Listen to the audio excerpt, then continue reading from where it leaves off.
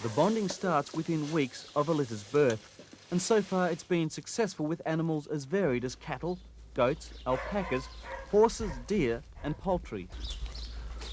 Well, Peter, what are the most important things to think about when you're bonding the pups to the sheep here? Well, the most important thing of all is to reduce the human contact to an absolute minimum and to make sure that the only contact they have for 99.99% of their life is with the livestock that they're going to guard. That's a critical time in the dog's life, that first 12 months.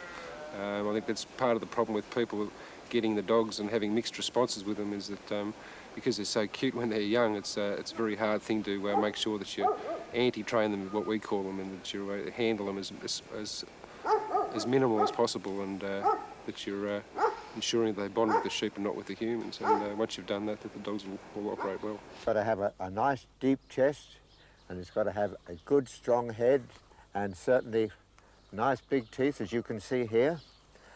Their feet and legs need to be very broad and open, and that they weigh about 40 kilos when they're fully grown, and stand about, oh gee, I'm old-fashioned, I'm afraid, that about 30 to 35 inches high.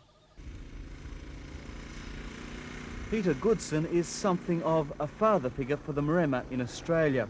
Almost a decade ago, he imported the first of his dogs from the United States.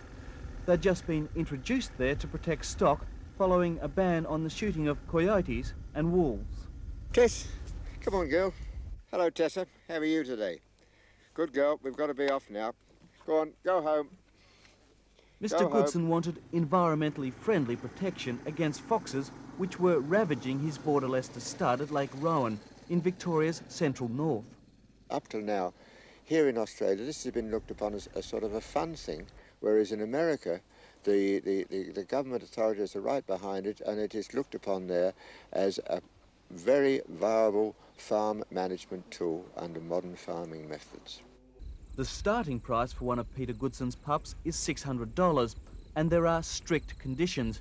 He won't sell them as pets. Unfortunately, in some ways, they have been popular in the yappy sphere, which concerns me very much, and there are getting quite a number of backyard breeders around, and this is going to spoil the image of the maremma as a livestock guardian, and I think that it's what could be one of the most important things for sheep farmers in Australia. You can forget about several thousand years of bringing dogs to heel when dealing with maremmas. Stop and go home are basically the only commands these dogs can learn without dulling their natural instincts. In fact, it's independence of mind and spirit that are perhaps the most sought-after traits that breeders are looking for in developing a line for life in the paddock. Well, some people might say it's a bit heartless to turf a dog out just in a paddock to live with a sheep. Well, I think if you look around here, it's a pretty sort of nice spot to walk around, and the dogs are pretty relaxed and unstressed by human emotions, I think. Apart from fending off foxes, dingoes and town dogs doing their deadly rounds, the maremmas have other benefits around the farm. Peter Goodson also notices a rather satisfactory decline in rabbit numbers on his property, and other owners have reported kangaroos being chased off by the ever-vigilant canine sentinels.